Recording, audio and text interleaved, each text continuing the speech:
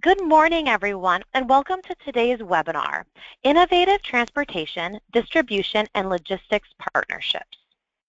Before we get started, I would like to go over a few items so you know how to participate in today's event. First, I would like to let you know that this session will be recorded. We have also taken a screenshot of an example of the attendee interface. You should see something that looks like this on your own computer desktop in the upper right corner.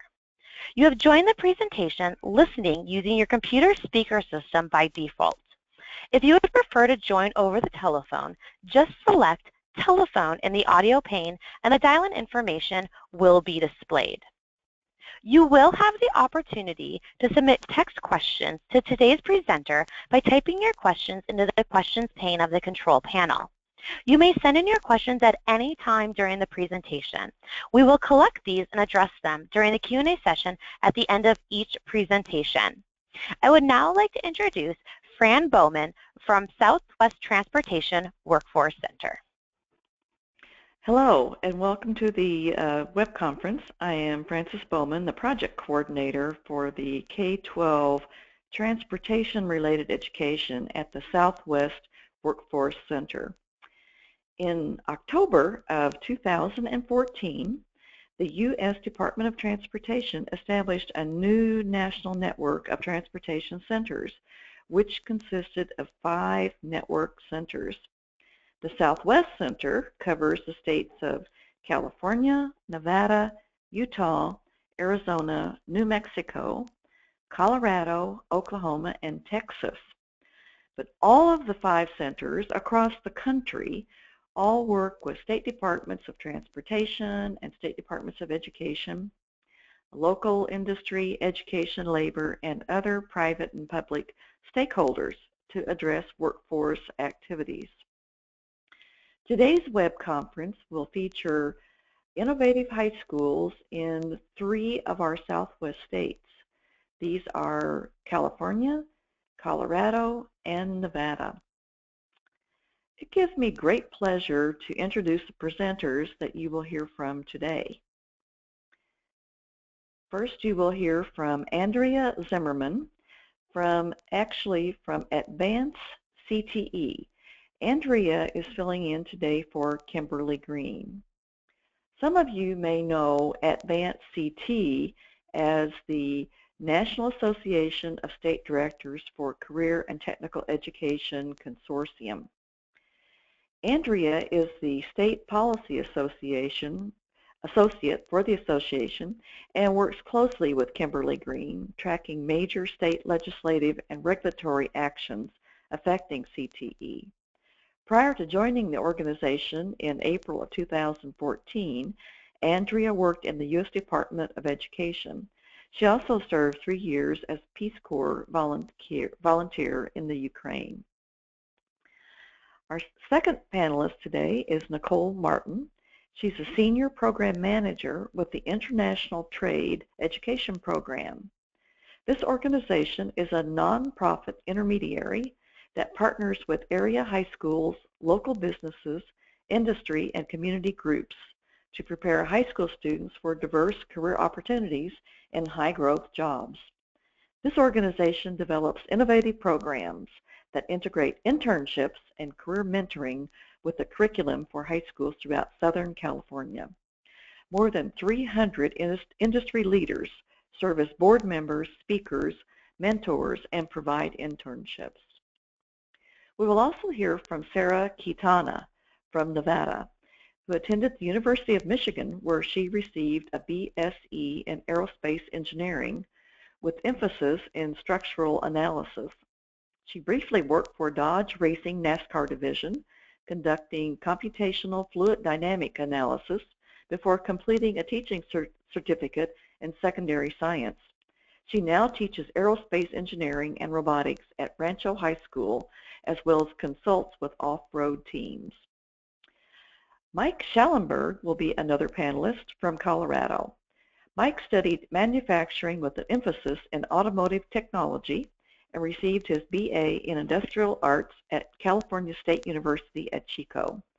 He's been teaching for 18 years and recently was named Technology Student Association Advisor of the Year for Colorado. Mike teaches in the engineering department at the STEM School Academy, and his students learn how to solve problems and design innovative transportation solutions. Now I'd like to turn the program over to Andrea Zimmerman, who will serve as our program moderator. Thanks, Fran. As she said, I'm with Advanced CTE, and we are the longest-standing national nonprofit representing the state CTE directors and state leaders responsible for secondary, post-secondary, and adult CTE. And as she said, you may have known us under our previous name. We just changed our name a couple of weeks ago, but we were the National Association of State Directors of Career Technical Education Consortium. And our name change reflects the changing role and prominence of CTE in our education and workforce development systems, as well as our members' evolving responsibilities. And we are the only organization that provides state-level CTE leaders with the network, resources, and advocacy support needed to ensure that CTE is a full partner in the movement to prepare students and workers successfully for a more competitive American workforce. And while we remain steadfast in our commitment to representing our state CTE directors, this new name also really represents a true diversity of our membership, which includes a broader set of state leaders. We were founded in 1920, and a part of this very long history includes the development of the National Career Clusters Framework. Many of you on the phone today probably interact almost every day in some way with the career clusters. In fact, today the career clusters really are ubiquitous within CTE. Every state in the country uses the career cluster framework in some way to organize and deliver high-quality CTE programs. The framework is organized into 16 career clusters and 79 career pathways to really represent the full world of work. And of those 16 career clusters, that does include the Transportation, Distribution, and Logistics Career Cluster, or as I often call it, TDL. And with that, employer engagement really has been a hallmark of CTE for its entire history, and it's also been a hallmark of the career clusters. In fact, leading industry organizations led the development of the career clusters with the CTE community. And within the TDL career cluster, the industry leader actually was the U.S. Department of Transportation. And that relationship with the U.S. Department of Transportation has continued through the years and been instrumental to the development and strength of the career cluster.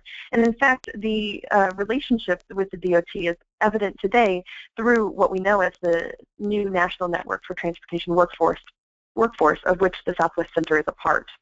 And the true strength of the Career Clusters framework is in its flexibility, and that has helped the career clusters remain relevant as new industries and technology emerge. And for example, as the aerospace industry continues to grow, this is a great example of how states and locals can expand that traditional thinking of transportation careers of land, rail, air, and water to also include this growing industry that has great earnings potential, in such an exciting field. And the fact is that the transportation, distribution, and logistics sector is integral to our American economy, and the programs such as the ones we're going to hear from today are working hard to really prepare and position their students for career success. And so with that, today we're going to turn it over, first of all, to Nicole Martin. She's with the International Trade Academy at Phineas High School in California. And if we could get the slide to advance, please.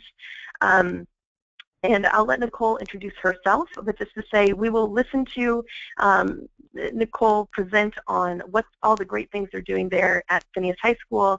And as you're hearing her give her presentation, please do submit your questions as they come to you through that questions box as we talked about in the very beginning. And we will be doing a short Q&A with Nicole at the conclusion of her presentation before we move on to the next one. All right? So with that, Nicole? Thank you, Andrea. Good afternoon. My name is Nicole Martin, and I'm a Senior Program Manager with International Trade Education Program, or ITEP. And ITEP is a Southern California 501c3. We're a nonprofit organization that connects high school students to careers. We do this through career exploration activities and training opportunities. We engage and prepare youth for tomorrow's workforce. We support several different career pathways within high schools where access to resources and positive role models is limited. Each pathway represents one or more high-growth job sectors such as maritime trade, transportation and logistics, business, finance, and STEM. We work with more than 300 industry leaders who serve as board members, speakers, mentors, and internship providers to bring valuable resources to educators fostering the development of future leaders. Together with business and community groups, ITEP enhances school curriculum and creates a high school experience that brings confidence, choice, and opportunity to motivated students. As an intermediary, our job is to connect, convene, measure, and sustain. We work with industry, business partners, our schools, the actual school district, as well as the community. So we are considered an embedded resource at the school, and we bring context to the classroom, and we do this by connecting industry directly to the classroom. We feel that our services really are able to provide teachers who are usually busy teaching and unable to leave the classroom with the context that's needed to make their curriculum relevant in regards to career and college preparation for our future workforce. Phineas Banning High School was our very first program. ITEP was founded about 16 years ago, and Phineas Banning High School is located in the community of Wilmington, which is in the industrial zone of the Port of Los Angeles. There was a great need in the community to connect our students to the resources that the Port of Los Angeles has. We were actually founded by one of our past port commissioners, Carol Rowan, who saw this need, wanted to create a program that exposed students to these high-growth, high-wage jobs that were available in their backyard. And through this need, the International Trade Academy was born at Phineas Banning High School. And now, 16 years later, you can see we've expanded to over 10 different high schools, as well as 16 different programs. The majority of the high schools that we do work with are in the harbor area or connected to the Port of Los Angeles area. We also work with Barstow, just about two and a half hours north of Los Angeles, and the connection is the railway. So cargo comes into the port, it's offloaded, put on the rail, transported up to Barstow, where it's distributed, and we have a really excellent, thriving logistics program at Barstow High School. And how we deliver our programs is through a progressive set of programming. We begin in the 9th grade. We serve high school freshmen, sophomores, juniors, seniors, and alumni. So from 9th grade to 12th grade and beyond, we deliver a variety of work-based learning experiences in addition to annual services and events such as our GPS Your Future Student Expo, our Discovery Day at the U.S. Coast Guard, our annual Scholarship Awards Dinner, and our paid summer internship program. In the 9th grade, we start with career awareness. We move into career exploration in the 10th grade. 11th grade focuses on career preparation. 12th grade is career training. And then we have a very strong alumni network where we continue to provide resources and support to make sure that they are successful post-high school. And how we do that is through an incredible network of over 300 industry volunteers. All of our programming is dependent upon our industry partners and our business partners and our community relationships. Each pathway and each high school has an advisory board made up of industry professionals that meets on a monthly basis.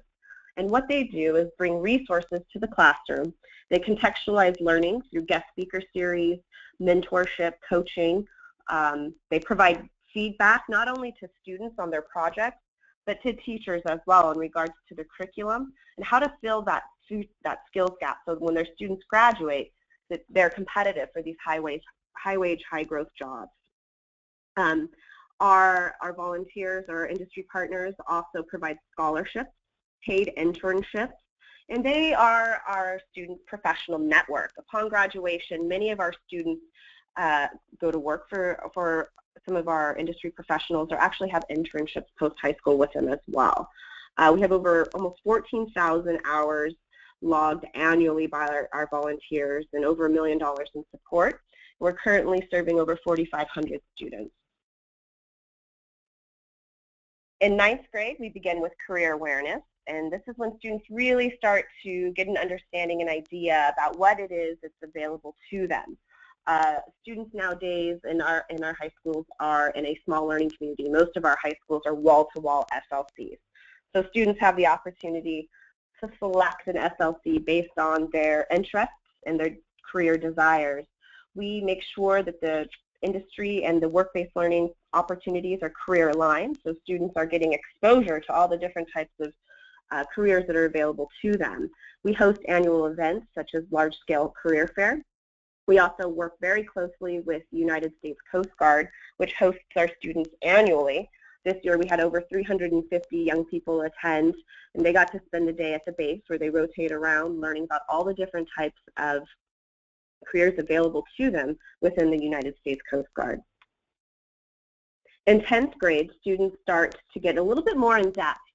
We move into the career exploration phase of our model, and this is where students go on college tours. They start to attend professional events such as luncheons that Chambers hosts, dinners, signature field trips and study tours. This gives them more motivation in terms of the decision that they're making they're going to be in regards to college and career. One of our annual events that we host each year is a Job Shadow Day. Students get to spend a half day at a work site. Here we have students on one of the catwalks at West Basin Container Terminal, where they got to spend the day rotating around the terminal, learning all about the different aspects of trade and transportation. It's really exciting. It gives them insight into the world of work and gives them a hands-on learning opportunity that a lot of high school students don't get to have. Junior year is really focused on career preparation.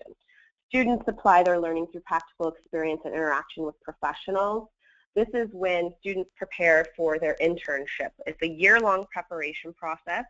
Students attend monthly workshops where they are learning the 21st century skills needed in order to not only get the paid internship, but keep a sustainable career post-high school as well.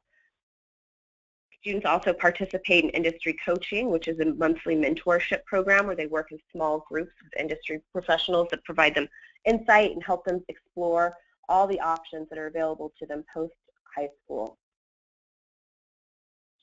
And then come the summer between their junior and senior year, students actually get to take all of those skills that they've spent that entire year acquiring and put them to work. This is when they get to go out and have a paid internship. We work very closely with the Port of Los Angeles as well as its tenants. Students are placed into very meaningful jobs, and many students often determine their career path within this internship experience. We have several young alumni who now have gone to college and have come back and are actually working where they had their internship, and we'll take a look at that a little bit later in the presentation. One of our capstone activities that we do, or courses that we do with our students, their junior and senior year, that really gives them context and exposure to the world of work, is our virtual enterprise program with International Trade Academy at Banning High School. These a live in-school global business simulation that gives students a competitive edge. It's focused on collaborative learning, the development of 21st century skills. Students work in groups, and they actually create and manage all aspects of a virtual business, and then they go to competition. Throughout the year, when they're developing their business, they're coached by industry. So we have our business partners come in, we match the students. So if we have a team of students working on a marketing plan or a business plan, we make sure that we are matching them with a marketing or an expert or someone that has expertise in creating business plans, which really gives them the feedback needed and a deeper understanding of what's needed when it actually comes to creating these things in the working world. This program gives them exposure, it gives them a head start on careers, and it gives them the skills needed to be competitive. Each year we have a mock business expo before students actually go to competition, where our advisory boards come out and they act as panelists. Students run through the entire competition. Our board members give them immediate feedback, and then they spend about a month editing based on that feedback before they go to competition. And 98% of our students say they feel much more prepared thanks to this industry support, not only for the competition, but for college and career in general. Our students actually competed the second week of February, and they came home with 2 first places, a second place, and a third, so they did pretty well. In addition to our high school model in our program, we keep a very strong network of alumni. 97% of the students that are in an ITEP internship graduate from high school versus the 72% school rate. 89% of them enroll in college, and 72% have a high interest in high growth jobs. So this is one of our first alumni. This is Francisco Franco. He graduated in 2008, and he started his own trucking business, and he now oversees 12 employees in a very, very successful trucking business, which is really exciting here in the community of Wilmington. Sandra Franco graduated in 2011, and she is now a container terminal operations superintendent. And Miguel Camacho, he is one of our more recent graduates. He went to Cal Maritime up in Vallejo, California, and he graduated. He's now on a ConocoPhillips tanker as a third assistant engineer. And at the young age of 22, he is now making $150,000 a year. These are incredible jobs that our young people don't really know about or exposed to. And with these programs, we're really able to provide that insight and that decision-making that can lead them to these viable careers. This is Dahlia Paulson. She is a graduate from our very, very first class. She is a self-professed bad girl. In high school, she wasn't really interested in academics or in careers or anything postgraduate. She ended up graduating. She was accepted to UCLA, where she got her undergrad degree, and then went on to Chapman, where she got a law degree. And she's now a labor relations assistant that negotiates labor contracts for longshoremen with the Pacific Maritime Association. So as you can see, we have a very robust program, and we found that contextualizing the education and the curriculum that's going on in the classroom and giving these students these hands-on learning opportunities and connecting them directly to industry and the business world really helps them, one, learn the 21st century skills that are needed to be competitive, and two, really helps them in terms of creating that network that when they do graduate, they have the support system that will get them to the next level. So thank you all for your time. If you have any questions, my information is on the screen. All right, thank you, Nicole. And let's leave that slide up while we do just a couple of questions here that we did get from the attendees. And so I guess the first question that people are asking, and so it's an easy one to kind of knock out from the very beginning, is about any sort of resources. If they wanted to, someone was asking about the contextualized learning. I don't know if you have any resources related to that that's public, or about the internship program, et cetera, because I think people are looking at this and thinking, I want to try this at my community. Oh, sure, absolutely. If they're more than welcome to email me, and I'd be happy to share the resources and the programs that we've put together, as well as the best practices that we have in place. Not a problem. I'd be happy to do so. Fantastic. Now, similarly, someone was asking about Northern California as well as in other states. This ITEP intermediary, does this exist in other places besides in your community? So I know that there are intermediaries that do exist. We get this question a lot, especially when educators hear what we do, because we are such a great resource to our faculty, and we have it's an amazing partnership, because the challenge is getting out of the classroom to create these relationships, and that's what we do as an intermediary.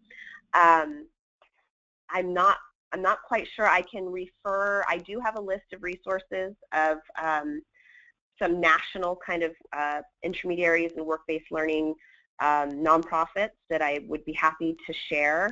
And ITEP is a very small nonprofit we are always looking for new opportunities, but we are grant funded. So again, that depends on, you know, the willingness of schools, if schools actually, you know, the principals and admin in the school wants us there, as well as the funding opportunities to make that happen.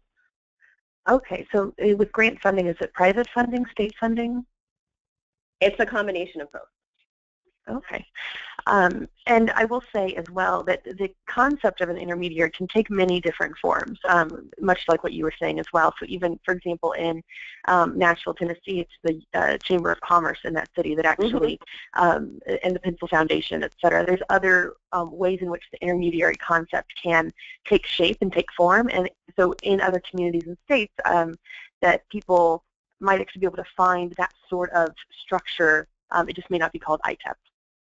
Exactly. Yeah, and chambers are a fabulous resource. I strongly suggest that everyone reach out to their local Chamber of Commerce if they haven't already done so, to try and engage them. They're usually very, very willing and happy to help out any way they can.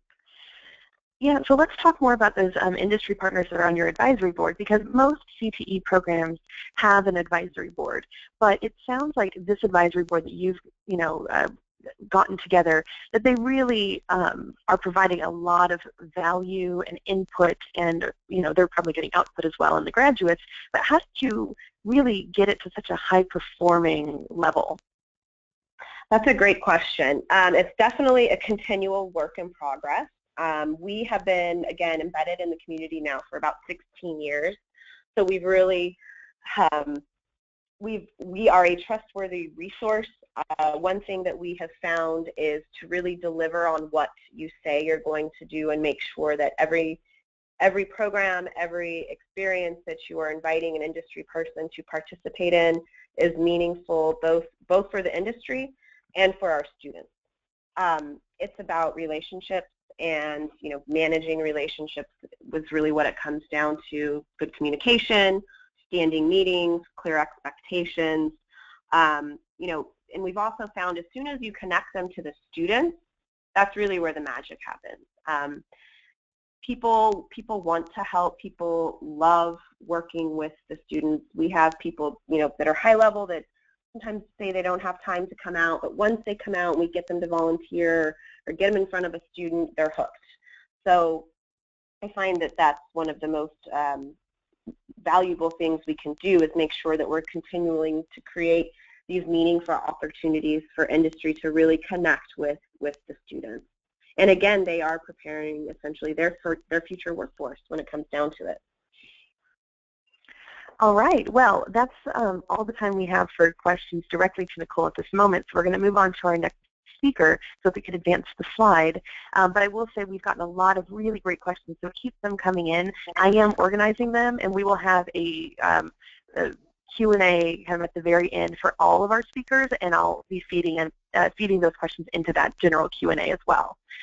All right, so with that, next we have Mike Schallenberger, and he is the transportation engineering teacher at the STEM School and Academy in Highlands Ranch, Colorado. And Mike, I will let you take it from here. Great, thanks. Hoping everyone can hear me okay here. And you know, I really wanted to resonate with a couple things that Nicole said. The idea of industry partnering with schools and education is absolutely crucial. We have a number of mentors that come into our program and help us do everything from lead some of our technical teams to actually help, you know, in the classroom with curriculum, and it really changes the educational setting, and I think it encourages students. They resonate with it, and it really kind of helps them understand where their education can go. So thanks for sharing that part. I absolutely think that's fantastic. So I'm Mike, and I helped start about 5 years ago the STEM School and Academy in Highlands Ranch. We're a public charter school in just south of Denver. We started in 2011. The program has really kind of taken off in that we've grown at least 20% per year in a lot of areas where you see declining enrollment for schools, our program is actually growing, and we have a wait list for students to get in. We're working on currently expanding. Right now we're grade 5 through 12, and then we're working on expanding for the fall of 2016 to go all the way down to kindergarten through 12. And part of that is that we want to be growing a pipeline. We want to be growing a pipeline of engineers and scientists. That we're finding is the longer we have students, the further down we can kind of push the technical aptitude, and we can really we can help impact the way they learn, and we can create adventurous learners the earlier we get a hold of them. Our school was recently noted by the Colorado Department of Ed as what they call a bright spot. So struggling or failing schools are now starting to send their administrators and teachers to spend time with us and look at our instructional model. We've grown over the years. We've certainly had our fair share of learning ourselves, and we're moving now to, there's a the term you hear an awful lot is PBL, the project-based learning, and one of the things we're looking at is moving a little bit more toward what we call problem-based learning. So instead of having students jump maybe from one project to another, they were getting a little bit better at giving them relevant real-world problems to look at, and it's working well. We're really happy with that. So I'm the head of the engineering department, and we have a lot of out here in Colorado what we call CTSOs, and they're Career Technical Student Associations, and it's basically a lot of times they're kind of seen as a competition to allow students to participate in. Our biggest one on campus is the Technology Student Association, TSA, and I know in California it's a little bit new. Other states have had it for quite a bit longer. I think nationwide there's somewhere around 250,000 students involved. We have, I think, the largest chapters in the state of Colorado. We just got back on Saturday night from our state competition. We had just over 150 students that we brought from our school, and there were 1,600 students involved in the state. So it's a really big, it's a big conference. It kind of brings some of the smartest, hardest working kids around to compete in everything from some robotics stuff to public speaking, debate, CNC machining, CAD, architecture, transportation modeling. It's a great program, very engaging for students. So if there's a school out there that does not yet have TSA, we've found it to be really effective in getting students engaged and motivated. So we brought 150 kids, and both our middle school and our high school chapters each won the state. So we have very engaged kids. We also have a best robotics team, the Boosting Engineering, Science, and Technology. Probably not as large of an organization, but every bit as high quality. A wonderful, wonderful thing to get involved in, to get your kids excited about.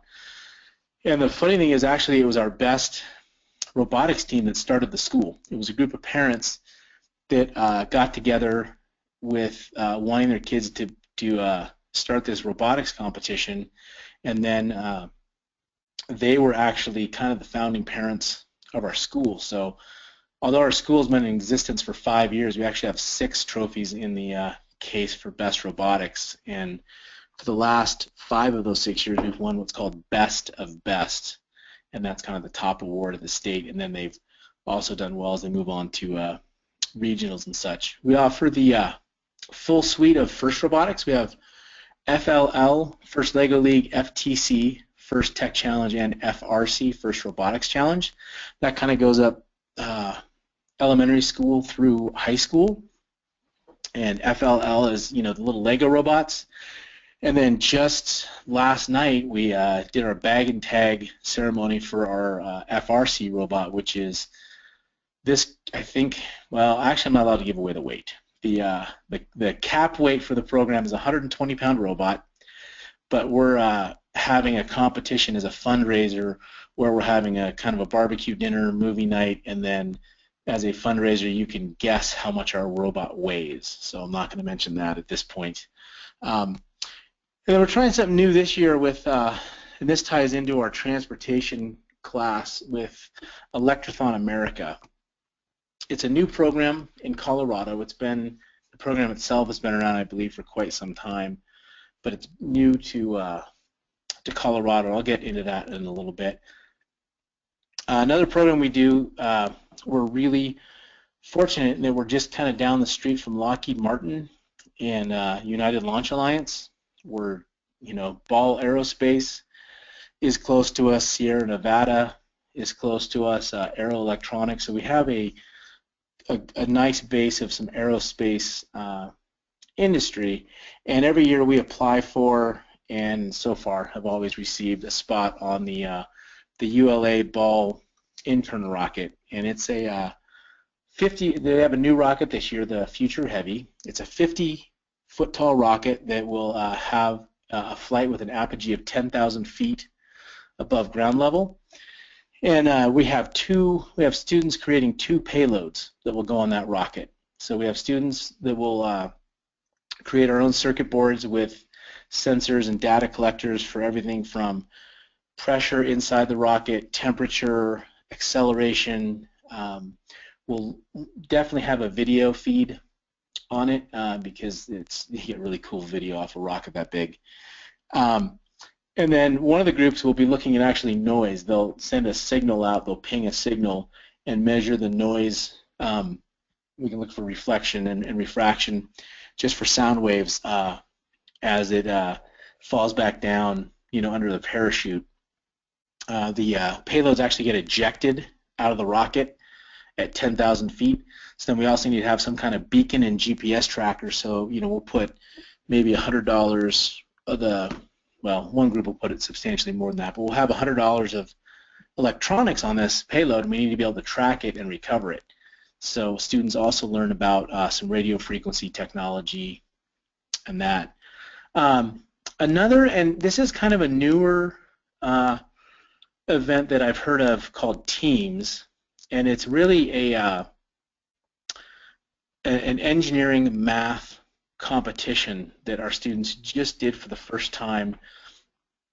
We were fortunate that with some partnerships with CSU, University up in Fort Collins, that we're able to bring a few teams, and our students did very well, with one of them placing first and the other one's close behind. But that's a new one where, again, going back to that problem-based learning, students show up, they're given an engineering design problem, and they have to construct a mathematical model and solve for it, and it all takes place in one day.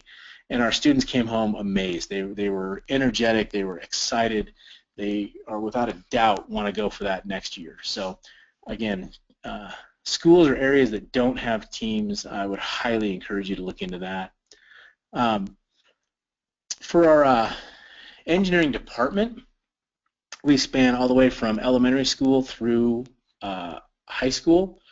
Our elementary, we're really going to be digging in next year as we go down to kindergarten. We're kind of looking at a Lego-based program with the Lego We Do, and then the upper elementary grades will get Lego Mindstorms and do robotics projects. In the middle school, because we're a STEM school, engineering is a mandatory course. It's a core class. So every student, boy and girl, all take engineering classes. They're required 1 semester per year. And we start to offer some electives in that as well. One of the electives is Lego Robotics, or VEX Robotics. And then we also offer the TSA Technology Student Association for students who maybe have extensive music commitments, or we have some competitive skiers and folks that can't make after school. We do offer some time during the day to work on TSA projects as well. Our high school engineering classes, we offer CAD, 3D modeling we do with Creo, we do digital electronics, we have a beginning in advanced manufacturing with CNC, 3D printing, kind of that. Obviously we have robotics. And then really what I want to focus a little bit on is our internal combustion engines and transportation technology class, where students start off, they learn the principles of internal combustion engines. We look at the social impact that had and the tie-in with the Industrial Revolution, kind of where would we be without it. And then where we deviate from kind of some classic, small engines classes is, rather than getting into the tuning and maintenance, which we cover a little bit, what we actually do is we tear them apart again and we run them through kind of some materials testing, and we can put some various parts on our tensile and compression strength machine, and we bend and stretch a few valves. We look at thermal expansion. We take some parts and put them in the freezer and then measure them, and then we take them out and then again heat them up in the oven. That all would be within the range of normal operation for these. And so we have students looking at more of the engineering side of the engines. And then we have one of our industry partners. We have retired engineer Dr. Bob Lindeman, who comes in and runs the kids really through the full thermodynamics of an engine and how does it work. We evaluate efficiency from energy it takes to extract and process petroleum into gasoline, and the transportation costs to get gasoline to your gas station.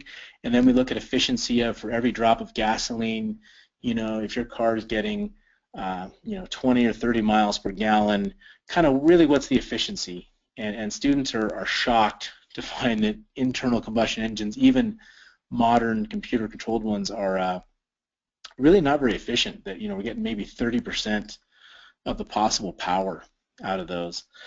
And then with that, we take part of the semester and we evaluate transportation as a larger scale. If a delivery company is projecting a 60-minute drive for delivering a product and it takes 90 minutes, well, someone has to pay for that 90 minutes, and how is that accounted for?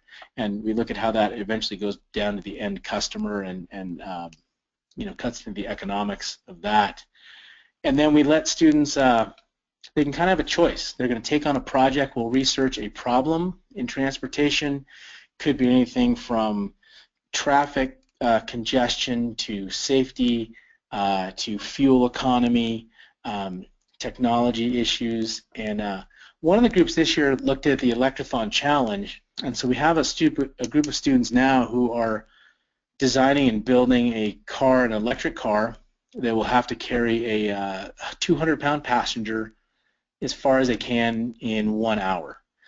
So that's what one group is doing. It's a great project. We're going with some hub-mounted motors that were originally created for a bicycle, and we're learning about some materials with carbon fiber layup.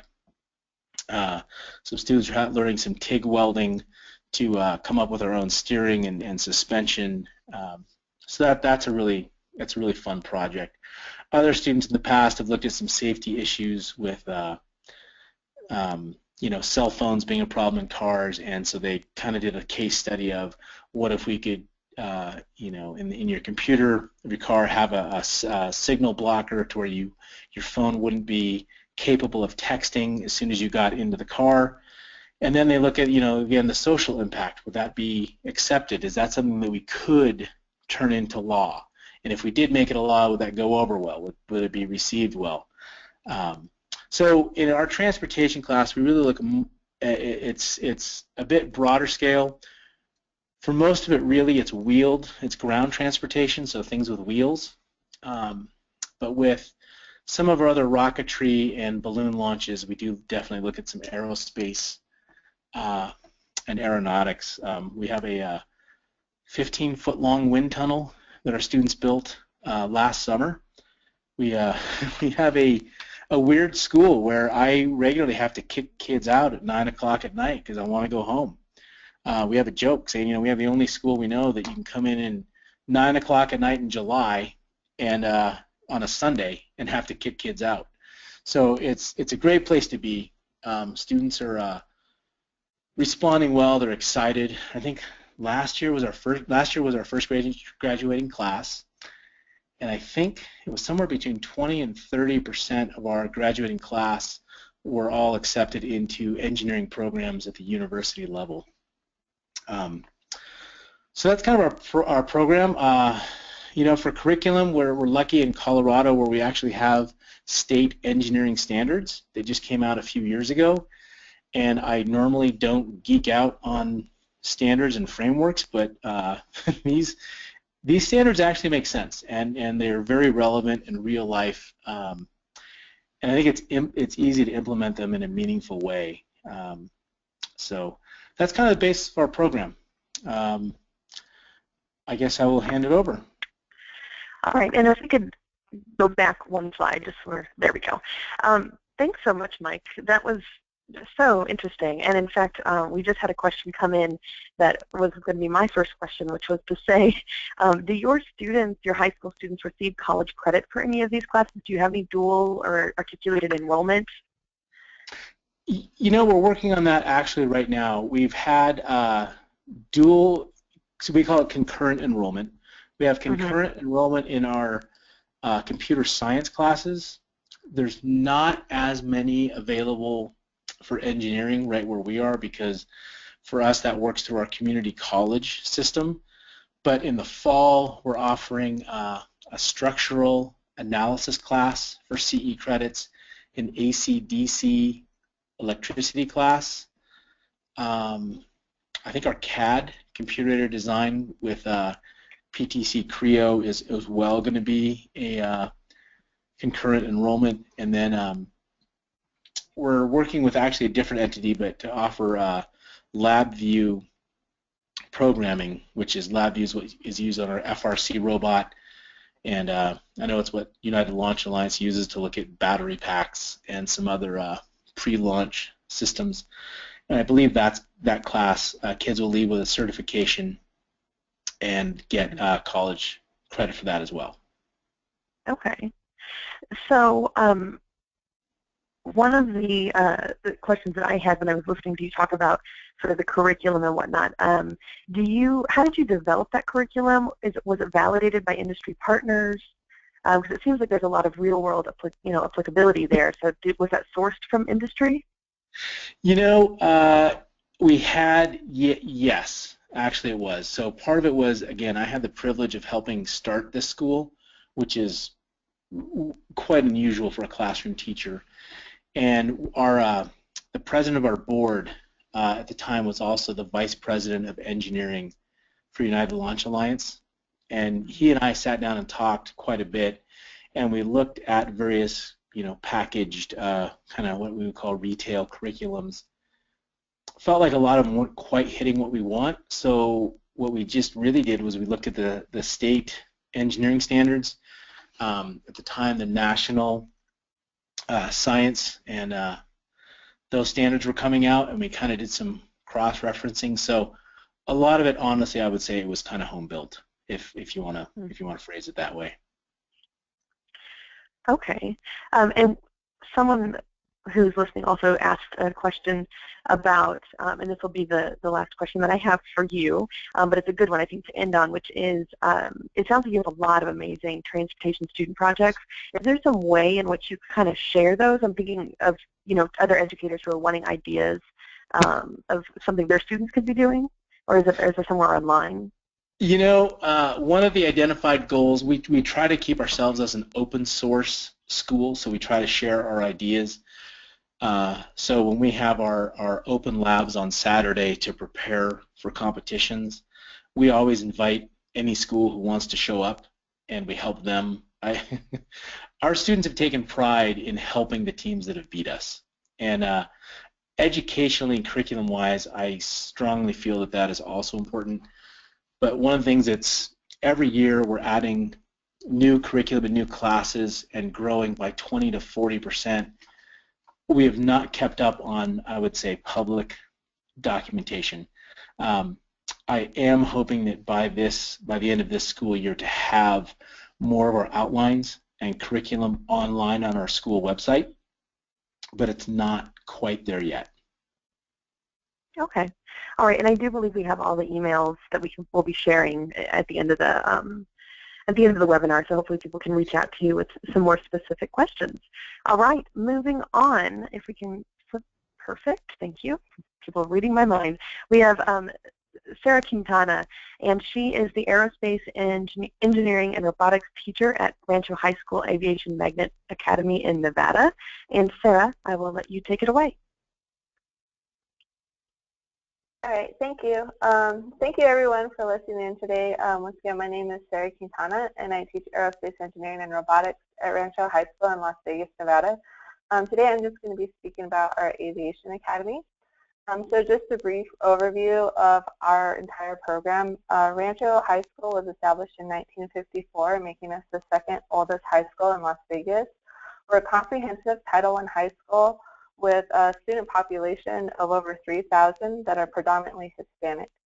Our Magnet Academies were established in 1997, and we're a member of Clark County School District, the fifth largest in the country, which currently serves roughly 320,000 students. My slide didn't, oh, sorry. All right, so one of the benefits we have for our school is that we're one of the few schools in Las Vegas that can actually pull from anywhere throughout the district. So we tend to get a very large applicant pool, and then selection can be very selective. So as you can see, these are numbers from last year. We had over 2,000 applicants for basically 130 slots in our aviation department. We have our aviation teachers. So Mr. Archambault, he's a former Air Force pilot with an aerospace engineering degree from Embry-Riddle Aeronautical University. Mr. Johnson is a certified flight instructor with a degree in aeronautical sciences from Embry-Riddle University. Ms. Kim is another CFI, and her degree in aeronautical sciences is from the University of North Dakota. Mr. Pemberton didn't actually attend school because he entered the military upon graduation, and he has over 25 years experience as an aircraft maintenance technician in the United States Air Force, and then you all have already met me. So this is our general overview for our aviation course sequencing. And so we have basically 3 different tracks that you can go along. Both aerospace engineering and the pilot tracks have 4 full years of courses, and then the AMT track begins since again in aerospace engineering or pilot, and then they can split their junior year.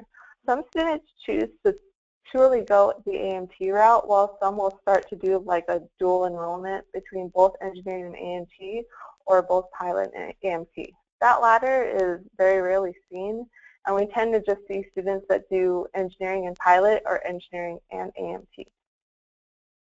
Okay, so now we have our pilot program. These are some of the different concepts that the students learn the first 3 years of school. Their senior year, they have a specially designed pilot lab, which is really integral to the success of the program. So in the pilot lab, it allows students time to take the Federal Aviation Administration mandated tests, as well as complete flight time at a local school. And then another class that you can also take as a senior is an unmanned air systems course, but I'll talk a little bit about that further on in the presentation. Okay, so within our pilot program, as I said, they have to take the FAA mandated tests. So the medical exam as well as the written knowledge test, those both have to be completed their junior year. And then once those are successfully taken, they will then take the oral knowledge test as well as the practical test in the airplane. So they actually do have to go to the flight school and fly in person. And then this year, we had our first completer. His name was Jonas Watt, and he actually finished and got his private pilot certificate last semester. So he was an early bird. The other class we have through the pilot program, and this is kind of odd because a lot of the engineers sign up for it too, is an unmanned air systems course. So in this course, students design and build unmanned air systems, and right now we're working towards expanding it. Some of the things we're looking at are developing further corporate partnerships. So for example, Amazon has one of their warehouses here in Las Vegas. So we're working with them to develop UAV systems to be used for delivery. Mining is also a very big industry in Nevada, so just doing investigatory flights with UAVs to check out the safety of mines. And then we're also looking into getting a partnership with the local film industry. So after the pilot program, we have the aerospace engineering program, and this is what I teach, so this is what I know most about. On the slide, I have basically the main topics that students learn during their time here. And in the aerospace engineering program, we mainly focus on project-based learning, and so I have some examples of the projects that the students work on. This first one is a freshman year project, and it is the first one that the students ever do. It introduces the seniors to the engineering design process where they can learn how to work together well.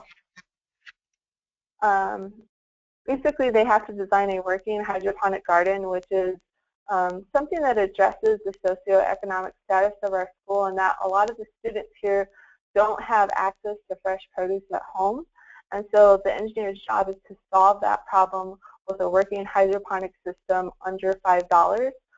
They actually physically have to build the garden and show that it works and show that it's watertight. And then we work on soft skills a little bit. So they have to learn how to market their design. They have to provide a formal presentation. And then the class votes on the best design, which each team cannot vote for their own. Everyone has to vote for someone else's. And then lastly, they wrap it all up with an I learned essay in which they say that 3 distinct things they learned during the project. And I think that's really good feedback not only for the students but for myself, because it tells me what the students are getting out of the lesson. And then the picture was one of the winners, the top designs. His name is actually Charlie Sheen, the Lima Bean, and he was our class mascot. And it actually worked the entire year. Students only had to fill the reservoir 2 or 3 times, and he never died. So another project we did was a neutral buoyancy lab. So in this lab, students have to simulate a microgravity environment using helium balloons. And then they have to navigate the balloons through 3 suspended hoops in the classroom from a designated launch site and return it back to the launch site. Once the balloon is launched, no one can touch any of the hoops or the balloon. Now the difficulty is that in the center of the classroom, we have a large vent. And we always do this project in the wintertime, which means when the vent turns on and the heater starts blowing everything around, I call it the solar wind. So they have to account for the solar winds. And the launch area right above it is an intake. So we call that the black hole, because if they're not careful, their aircraft will get sucked up into the black hole. And I really like this project because students, when they first are introduced to it, they assume it's going to be very easy, but it's actually very difficult and requires several teams collaborating together in order to be successful. This one is one of the capstone projects that we have because this is at the end of their freshman year. So this is after they've learned aerodynamics, wing theory, and 3D modeling. And so what their job is they have to design a working wing. Doesn't matter how, doesn't matter the shape, that is entirely up to the students. And in the picture you can see several different wings that came from last year. After the engineers have printed the wings, they can give them to the pilot students. And the pilots go and they test all the different wings and they provide feedback to the engineers. So once the engineers have that feedback, they go through several iterations and they improve the wings based on the feedback given from the pilots. And this is really great because it models, like real-life industry experience of collaborating with someone that's not necessarily within your department. And then the last project I have an example of, this is an energy mass equivalency project. So students apply Einstein's famous equation of E equals mc squared to model rockets in order to determine how much energy is expended in the launch. What I really liked about this project is we actually had some senior students come down and assist the sophomore students, and so they were mentored by the seniors and working collaboratively among different grade levels. After the engineering program, we also have the aircraft maintenance technician program, and as I said before, this one starts after the first 2 years of basics have been covered in either the pilot or engineering course, so it's up to the student. And then this is another project-based learning class where students have a lot of hands-on experience learning about general airframe and power plant disciplines. And then at the end of the class, they have to take the FAA A&P test in order to attain full licensure. Our program is pretty unique, but it wouldn't be possible without all the different community partnerships that we have, and I have a list of some of the different ones that we work with, but I'm going to be talking about them a little more in the next slide. Okay, so first I want to talk about is our biggest educational partnership is with Embry-Riddle Aeronautical University. And ERAU, they offer professional development to the teachers to attain adjunct professor status. So I'm technically an adjunct professor with Embry-Riddle University, and the reason why I need that certification and go through that audit process with them is that the students that I teach are offered dual enrollment credit through them. Now, the really nice part of this is that tuition rates are not the normal tuition rates, but they are governed to match the community college rates here. So students end up paying around $260 for a 3-credit course, and by the time a student graduates, they can have earned up to 24 college credits. Another educational partnership we have is through the University of Nevada in Las Vegas. So they're actually pretty close, just a couple miles away from us. We're still developing that one, but it's something that I'm really passionate about. And they've been really open to the things that we've proposed to them. They've invited students on tours of both the mechanical engineering and robotics labs, and they always invite us out to the Senior Design Day, in which UNLV seniors display their capstone projects to other people. So it gives our students a good idea of like what's going to be expected of them when they go to college. We also have their local AIAA chapter comes and helps organize different STEM events for both us and our feeder schools. And that's really good because they serve as role models for not only our students, but our feeder schools as well. And then right now we're working on developing an internship design project program in which UNLV has an engineering design contest of some type that's open to all CCSD students. And the winning team gets offered an internship over the summer with the mechanical engineering department. But we're still working on that one. And then our last educational partnership, this is something that if you're in the aviation, you might overlook, but it's actually very crucial to our program. And that's our partnership with the Academy of Model Aeronautics.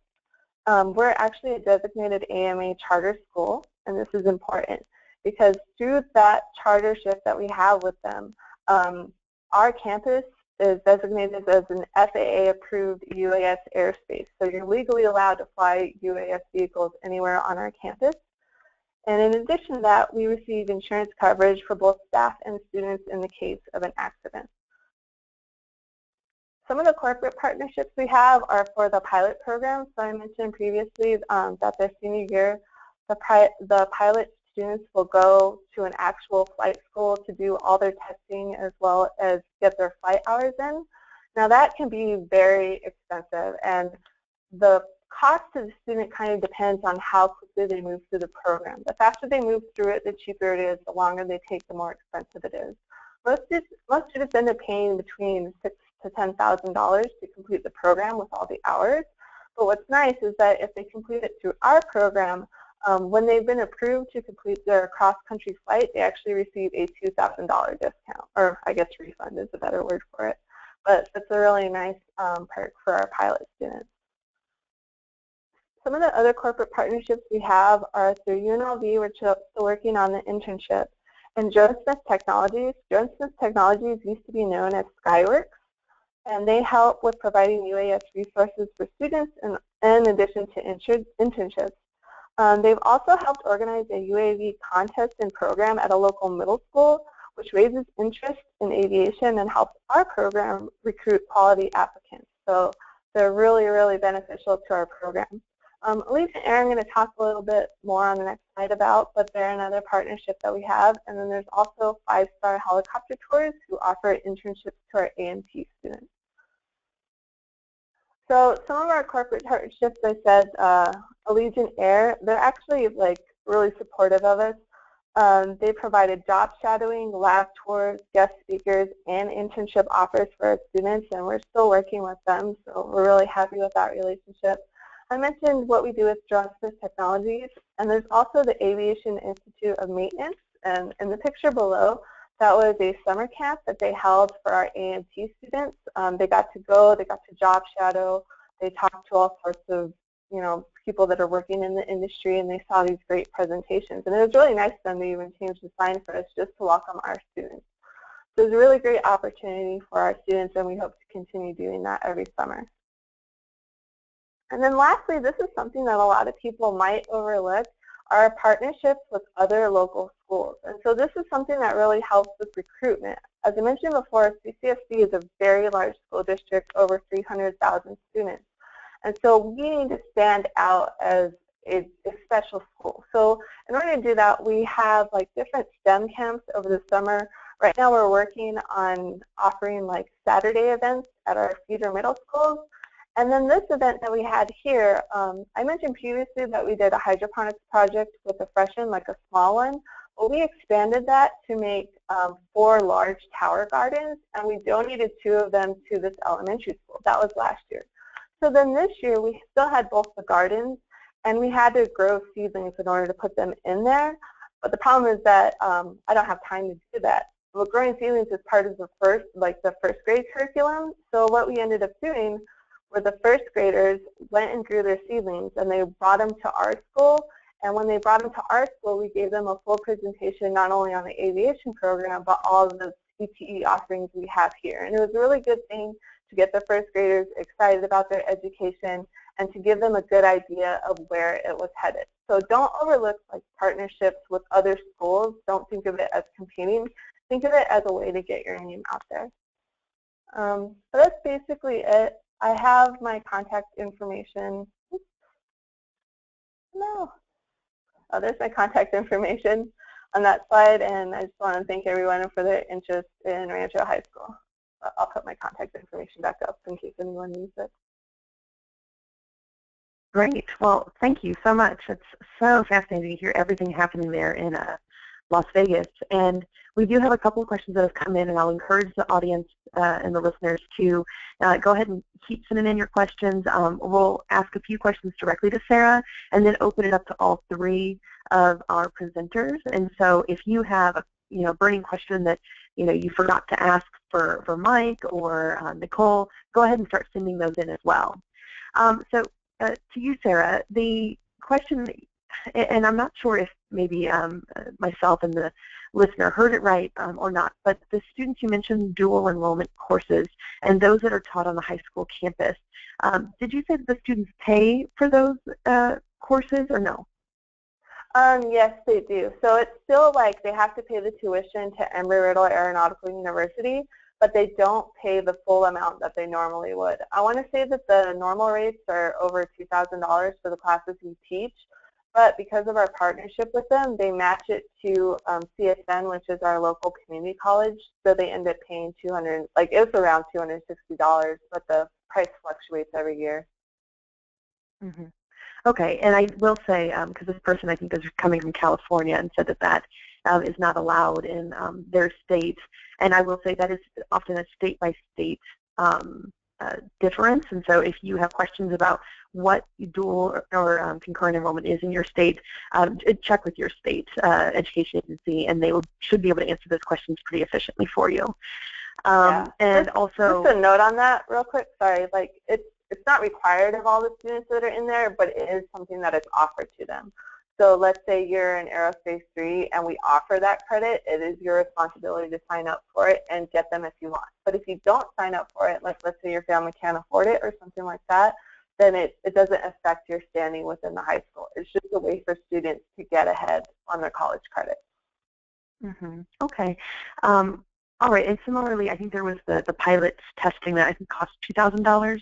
I think you said, and I was just curious if you're, looking, that's a pretty high bar for a lot of students. I didn't know if you were looking to try and subsidize those fees or anything with in-kind donations or monetary donations from employers or anything like that. There are scholarships available, so we encourage students to sign up for them, and the cost is actually more than that. It's between $6,000 to $10,000 for all of the flight time, but they get a $2,000 refund after they've been approved for their cross-country flight. And even though that does seem like a substantial amount of money, it really is, but for pilot training, since it's FAA mandated, they really don't mess around, so that is why the cost is so high with that, and it's cheaper than if you would complete pilot training outside of our program. Okay, great. So another question that we got from, which we've kind of heard similarly with the other 2 presenters as well is, again, people looked at that hydroponics and your neutral buoyancy labs examples and said, how can I learn more about it? And do you have any of that on your website or where they could find it? I don't think I have any on my website, but if they send me an email, I can share plans and talk about best ways to achieve it and be successful with it in your classroom. So yeah, just send me an email and that's fine. All right, we've got an enthusiastic great from the person who put in that question. So I think at this point I'm going to transition to all of the presenters into kind of our full question and answer, and then after we kind of wrap that, we'll then go into kind of housekeeping where you can find the PowerPoint and the recording and all of those sorts of things. So for Nicole and Mike, if you make sure you're off of mute. So one of the questions that we just got, and I think it's a really good one because all three of you talked about project-based learning, problem-based learning, whatever you want to call it, and that is a shift from the traditional mode of teaching. How did you learn to do this, and how could others do that as well? I'll jump in on that one. Do you want to talk about it, or I can? Well, I mean, I'll give you my experience, and then you can absolutely jump in. I didn't know it was called that when I started. It was probably 15 years ago. My grandfather was teaching mechanical engineering down at Cal State Northridge, and then I was teaching. I was just, got my credential and was just out of school for manufacturing and was teaching like a wood shop class. And realized that I went down to help his engineering students who didn't know how to use a drill press learn how to use that stuff. And then he was coming up during the day to kind of work with my middle school kids, and we just started talking about how what we're doing isn't really that different. And that's when I stopped giving the district policy was students would get a building plan, and then they would kind of build their jewelry box or whatever it was they were building, and I just stopped giving it to them. And I just said, hey, you guys, we have a problem with storage. I don't want to lose my watch and all this other stuff. And then we would go through and design the jewelry box. So I kind of it started with what I would call inquiry-based learning, and then, as technology and education changes and shift, the idea of PBLs came out, and so for me it was a really natural, fluid transition into that. And I guess I was fortunate that because I had started in, I don't know, you would say a softer science of woodshop versus engineering, that I was able to do that without, without district oversight or wondering, hey, does this fit our curriculum guide? Does this line up with state standards kind of stuff? So I got into it early, and then was able, again, to create my own engineering program that was based on it. Okay. Sarah, what about you? Yeah, I actually had, when I went to my teaching certification course, they actually gave a formal lesson, like the entire curriculum was based on giving project-based learning. And the reason why they did that is because they looked at the studies, and studies show that students get a much more robust and better understanding of the content they're learning with a project-based learning, because it gives them authenticity for what they're doing in class. And one thing to piggyback on sort of what Mike was saying is, I think it's really easy to do in engineering courses, because at the end of the day, the engineer is there to solve real-world problems. So once you take that and you put it in the scope of a classroom, it's really easy to implement. It starts to get a little more difficult when you get into other, like maybe some of the humanities courses, but that's when you just got to try and be a little more creative with it, because there is a way to do it for any subject at all. So. All right, Nicole, anything else to add on that? Well, I think it's a little different from us because we aren't delivering, we're not classroom teachers, but we've always embraced the project-based learning and work-based learning model since the very inception of our programming, and we're happy to see, it kind of rise in the classroom setting and becoming more of a standard practice. We really can see the fruits and the benefits of that type of learning with our students. Great. So now this is also a question for all three, and one of our listeners kind of pulled out a common thread that I think is really valid, and she said that one of the common threads appears to be the proximity of your STEM-related industries or industry partners within aeronautical, engineering, tech fields, et cetera. So, I think Mike, even you, I think, had said, like, Lockheed Martin is literally right down the street. So how do you, what recommendations do you have for those schools or districts that are, more geographically isolated and don't have those sorts of hubs of industry, in their backyard? Maybe Mike, we'll start with you. Yeah, I think on one hand, yes, I'm really fortunate in this case where I'm at now, but yeah, the key is digging into the resources that are near you. When I was in California, I did a lot more stuff. I converted cars with classes. We converted cars to run on vegetable oil, and we made solar electric vehicles. And at that point, I tied in with the Automotive Service Council because that was close. I think the geographic part, yeah, you got to use the resources that are near you, and that will kind of help drive what it is that you can do. That's kind of what I've traditionally done. Sarah or Nicole? This is Nicole. I'll go ahead. Oh yeah, go ahead.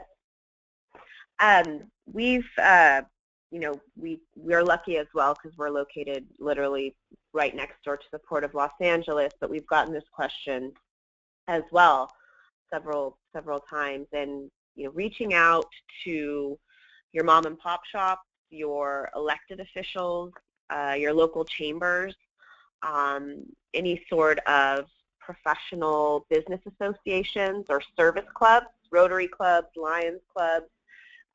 You may not be located next to a hub of industry, but there are resources, and oftentimes resources you may not even know are available. So doing research, like around a 5 to 10 mile square radius around where you are to see what is there. Hosting a student exhibition, inviting your community and those resources in to see what the students are working on, get them in front of the students, have them help with that ask. We have found to be very, very helpful in creating partnerships in areas that maybe don't necessarily have a big centralized booming industry. Great. Sarah, any other thoughts on that? I would say, like, if you're starting off and let's say you're in a more rural area, step one is, like they said, tap into the local talent or whatever is nearby. So one of the industries or the companies that I talked about was Jonesmith Technologies, and that is actually pretty much homegrown here in Las Vegas. It was founded by some UNLV graduates, and basically everyone that works there just went to school with them at UNLV. But really the key is finding that first partnership and then building from it, because once you do a project and you're successful with it and you document everything, then if you want to shoot for the stars, you have the experience, you have proof that you can be successful. That's when you start going after larger corporations or companies that may not be in your geographical area. So for our school, we have our biggest educational partnership with Embry-Riddle. There's not actually an Embry-Riddle campus here in Las Vegas. The closest one is in Arizona. And another example would be, I was mentioning the large hydroponics project that we did where we built the full towers. For that one, we needed help with some PCB design because we were making it automated, but the program we needed to do it was like $40,000 or something like that. And it really just took like a nicely worded email to the company that we were trying to get it from. And we told them who we are, what we're doing, what we're trying to accomplish, and if they could help us out. And they just said yes, and they sent us the program we needed. We got a full year license on the suite for it, but I never actually spoke to anyone face-to-face on that, and I believe the company was based in like Atlanta or something like that. So I think if you're, kind of in a more remote area, the key is just finding that initial success and then building from that. And don't be afraid to network outside of your local area, because there are industries and companies out there that will still support you in your endeavor. Yeah, I think that's a really great point, Sarah, of like, don't be afraid. But the simple fact is that it's kind of scary to walk up to an industry partner and say, you know, hey, let's work together, right? And maybe this is a good question for Nicole as well, but what do you recommend in terms of sort of getting over that fear or the whatever, the hesitancy perhaps to put yourself out there and engage with the industry? That's a great question. We find that industry wants to engage, but the best way to start that collaborative process is always by starting small.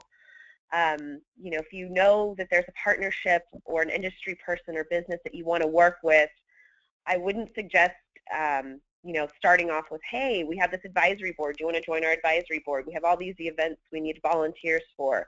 Start small. Invite them out as a guest speaker. Invite them into the classroom. You know, take an hour of their time, follow up with a thank you email, invite them back again at another event that you have. You know, build those relationships slowly. I think a small ask is a great starting point. And we like to build our boards and our partnerships based on what we call time, treasure, and talent. Some people have the time to come out and volunteer, and those are your partners that are going to be there at each event. Others don't necessarily have the time, but maybe they can fund a program or they have a resource they can connect directly towards you. And others maybe are going to write a check, and that's okay. Not each person is going to have every one of those things, but they're important to keep in mind as you're looking for these partnerships and these collaborations. But don't be afraid to ask. And again, it's people like working with students. They like to share their knowledge as well. But I think starting with a small ask is always the best step in following up and engaging your industry that way. Great. Yeah, one more thing. And I was going to add one more thing. Sorry. I would just recommend going to see if there's different industry events in your area that you can go to and just start networking at. And then one of the other problems that I found is that when people hear high school student, they're kind of like, oh, no thanks, because they're used to when I went to school, we didn't have any program that's similar to what our school offers, and just giving them knowledge of the caliber of student that you actually have at your school, because a lot of people in the industry don't realize how high level some of these up and coming students are. I think it's a really great point. We're getting some really good questions. I think I have time for two more. The first one is, this is an easy, low-hanging fruit one for Nicole. You told us what time and treasure were, but what's talent?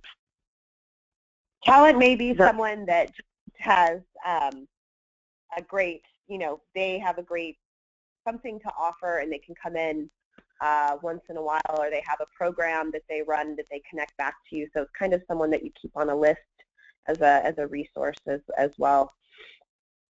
Mm-hmm. Okay, and then I don't know who the best person for this one is, so I will just ask it to all three, and we'll get the mob of everyone answering. But we have someone who's in a planning year, so they have that benefit of having a year to plan and get everything in line. But how do they get the partners involved before they don't really have anything to show?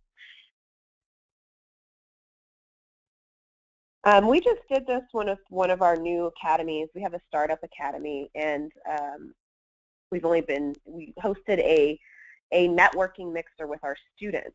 So what we did was we had the students really take ownership over this event, and we invited the business community. We worked with the local chamber and our local council member's office, and invited industry to the school in the evening. It was from 5 to 6:30. And what we did was have the students present on what they have been doing. They really have just gotten started. They'd only been working together for a couple of months. But what was the bigger ask was we had the students present on what their goals were for their academy and what types of partnerships they wanted to see, what types of guest speakers they wanted in the classroom, and field trips they wanted to go on. And we had the students do the ask to the community in asking for support and for engagement, and it worked really well. It also gave the students an opportunity to network and to understand the concept of networking and why it's important and valuable, and it brought the community into the classroom. So it was a really great way to to do that. Great. And, you know, one other thing I would recommend too, and we're going to send it on to Fran after this one for wrap-up, but is when you're engaging these industry partners, and if they want to say, well, what's your program like? And you don't have a program that's actually up and running yet, but put it in the brass tacks of what it means for them, right? If the employers are the end consumer of education and these students are part of the pipeline of their future workforce, that tends to be a very compelling argument as well. And one last one, Marilyn just wrote in, I think it's good, so I'm going to share it. Send a teacher and a few students to the Chamber of Commerce breakfasts or Rotary to give a presentation and to network. So that's another great idea from our from our listeners. Fran, I'm going to give it to you. Okay, we have just a couple of minutes to wrap this up. I want to thank all of the panelists for their excellent presentations and especially your fabulous comments and insight into the questions that people have asked. It's so valuable. We don't want people to have to reinvent the wheel over and over. And I'd also like to thank all of our participants for being with us today and for your interest and support of TDL programs. And within a couple of days, you will receive a follow-up email from us with the feedback survey and a link that you can use to view a recording of today's webinar. Or if you have a colleague who wasn't able to be on the webinar today, you can share that with them. We especially would appreciate your feedback on the survey. It helps us in planning for future conferences.